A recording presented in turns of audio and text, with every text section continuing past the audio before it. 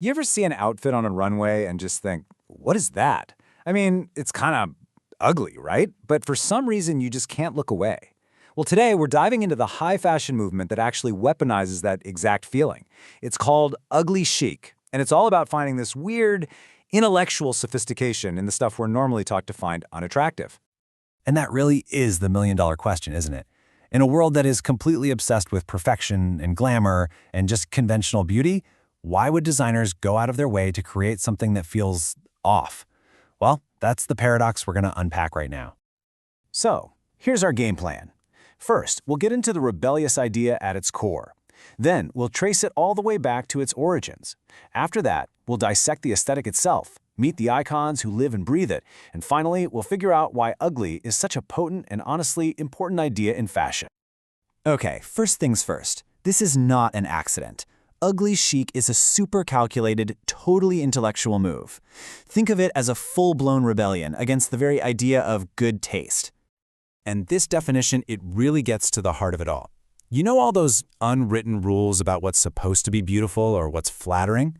Well, Ugly Chic takes a long, hard look at those rules and then just systematically shatters them. It uses clothes to ask, hey, who even made these rules in the first place? And why are we all following them like gospel? Now, this distinction is absolutely everything. I mean, look, anyone can throw on mismatched clothes and call it a day, right? But Ugly Chic takes serious skill. It's about taking something that's conventionally tacky, like really tacky, and styling it with such precision that it becomes undeniably, fascinatingly cool. It's basically irony that you can wear. So, where did this all come from? Well, like any good rebellion, Ugly Chic didn't just pop up out of nowhere. No, it was a direct, pointed reaction to a very specific and very polished moment in fashion history. So I want you to picture the 1980s. You've got all this glamour, these massive power suits with shoulder pads, sequins everywhere, just total calculated perfection. But after a solid decade of all that gloss, the fashion world was kind of starving for something real. And then in 1996, Miuccia Prada gave them 70s wallpaper. Seriously, she sent models down the runway wearing prints that looked like they were ripped straight from your grandma's curtains.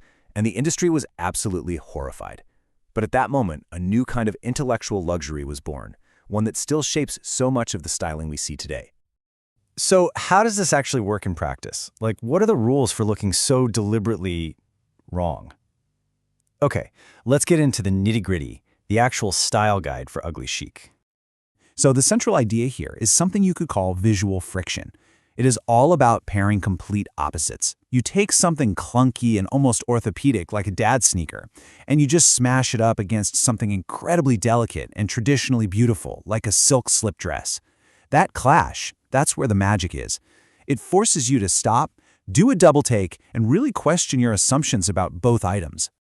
And the color palette is just as intentional, just as jarring. We are talking about those muddy, kind of dirty colors that were considered a major no-go in high fashion for decades. I mean, think about the colors of your grandparents' kitchen from the 70s, the avocado green, the mustard yellow. The real genius is then taking those muted tones and clashing them with a shocking, almost offensive pop of neon. It's just another layer of that beautiful, weird dissonance. So if you want to play around with this, you got to start with being fearless. The whole point is to disrupt. If someone asks, what are you wearing? You take it as a compliment. Next, the little details matter a lot. Things like nerdy glasses or a clunky, weird brooch can signal that you're in on the joke. But the final piece, and honestly the most important one, is the attitude. You have to own it with the confidence of someone who knows exactly what they're doing. So who are the masterminds behind this whole aesthetic? Let's meet the designers, the brands, and the style icons who basically built the Church of Ugly Chic from the ground up. And of course, it all comes back to her, Miuccia Prada. This quote right here is basically the movement's entire thesis statement. She's arguing that the things that initially kind of repel us or make us uncomfortable are often the most exciting, the most interesting. She literally built a global fashion empire on this one idea. So while Prada is the undisputed queen, other brands are definitely devout followers. You've got Balenciaga taking it to an almost comical street-level extreme with these giant silhouettes. Gucci, under Michele, really dialed up that eccentric librarian on acid vibe. And Marni is constantly playing with these strange artistic proportions. And then, of course, you have the true icons, like the late, great Iris Apfel, who was a master of fearless layering, and Leandra Medine Cohen, who built an entire career on the brilliant idea of dressing for yourself and not for anyone else. Okay, so all of this brings us to the most important question. Beyond the weird colors and the clunky shoes, what is the big idea here? Why does any of this ugly stuff actually matter in the grand scheme of things? You know, to really get ugly chic, it helps to see what it's not. So look at minimalism. It wants to soothe you, to make you feel calm. Then you've got camp, which wants to amuse you, to entertain you. But ugly chic, it wants to make you think. It's intentionally difficult. It's designed to provoke intrigue, maybe even a little discomfort. It is not supposed to be easy on the eyes. And this whole philosophy, it goes way beyond just the clothes. It extends to the people who wear them. You look at an ugly chic runway, and you see models with character, with features that are unique and real. Strong noses, gap teeth. The movement embraces the glitch, the so-called imperfection, because it understands that's where personality really lives. So what it all boils down to is this.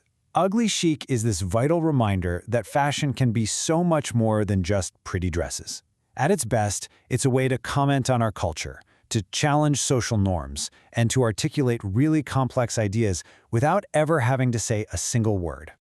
And this might be the perfect thought to leave you with. The whole movement suggests that real, true style isn't about getting everybody to approve of you. It's about having the intelligence to form your own unique point of view and then having the courage to wear it out in the world, especially if not everyone gets it. Which leaves us with one final question for you. If Ugly Chic is all about tearing up the rulebook of what we find attractive, what's one beauty standard out there today that you think is just begging for a rewrite? Thanks for digging into all this with us.